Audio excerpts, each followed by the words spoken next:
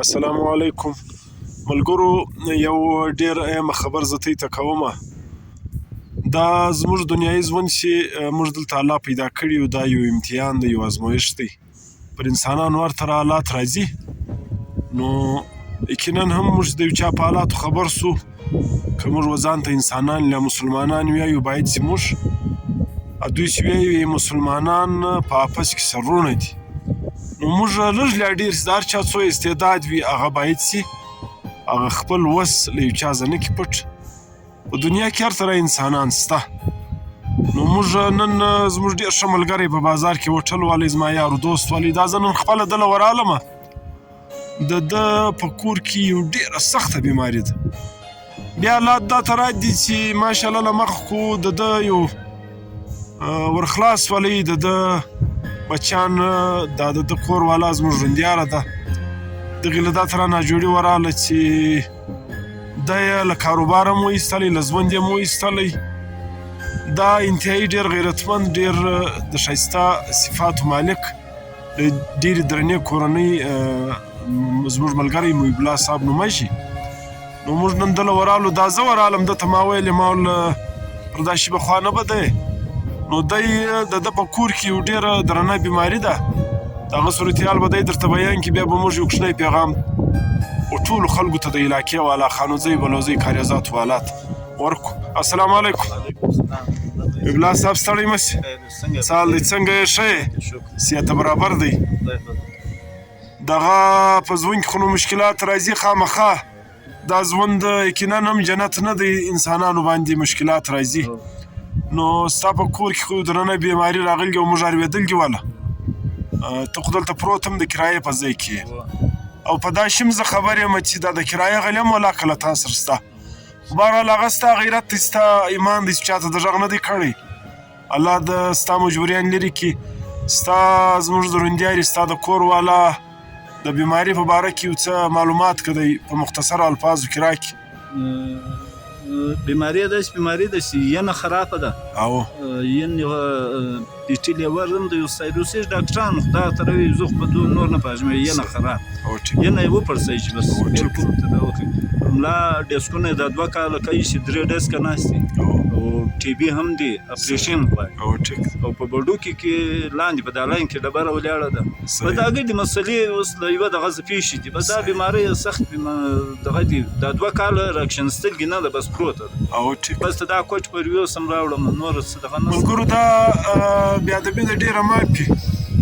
د ده په حالاتو، په کور په حالاتو زه خبر یم چې دی دغه ناجوړي سره راغلي. دا د کور کالي هم دا د یو دا د پیغور خبره نه ده، د کور کالي هم دی میز ډوډۍ دی خپله پخوي. نو دا حالات راغلي دي. اوس یې کور والا دا زموږ ژوندیاره دا انتهایي ډېره سخته، 2-3 ناجوړیانې پر لګډي دي او ورته پرته ده. نو دغه صورتحال درته بیان کړی.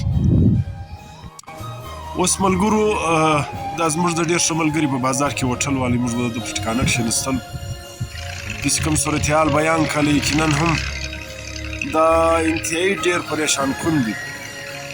اوس دا سړی مه خیرات ورکوي، مه زکات ورکوي. له دا سړي سره د خدای دپاره قرض حسنه ورکوي، ستی به د دنیا او د آخرت توښی. انشاءالله د ډېرو کوروغه ډېر ښه حیثیت دی. وسم د خانوزۍ تقریبا ډېر خلک په ده خبر دي، د د کور په ناجوړي. نو د خدای دپاره کم خلک مخیر حضرات دي، موږ به دا ویډیو کې د ده نمبر هم ورکړو. له ده سره د قرض په طور، د قرض حسنه په طور احسان وکړي، و تی ته بیا الله بدله په دنیا او په آخرت درکړي. کم وخت الله پاک ته د لاس واړول، دا به انشاءالله دی بیا در رسوي. قرض حسنه وایي ودخت چې څوک یې پیدا کړي، هغه بیا دغه کوي. نو دا قرض دا ته را دی لکه تی چې یو الله تعالی ته ورکړي. نو د الله دپاره له دا سړي سره احسان وکړي. که یو څوک زکات و خیرات ورکوي هم موږ نه ځین منع کوو. بهرحال د دا سړي د زکات او د خیرات غږ نه دی کړی. دا ما ته قرض حسنه راکړي، له ما سره هیلپ وکړي. زه ځم کراچي له کوټې له بار تللی دی، او د کوټې صورتحال ته معلوم دی. د کوټې دلته قصابان ناست دي، ډاکټران خو ته معلوم دي ډاکټران نشته. نو د خدای دپاره د دغه زموږ د خانوزۍ بازار لاندې کور دی، د علي محمد صاحب په ځای کې. زه پر دا خبره قسم هم اخیستی یم چې د دا سړي دا کرایه پیسې له مولا کدی لري مګر دغه چاته نه دی ویل. نو دا مشکلات دي د افراد چې راځي د دنیا ژوند دغه ته دی.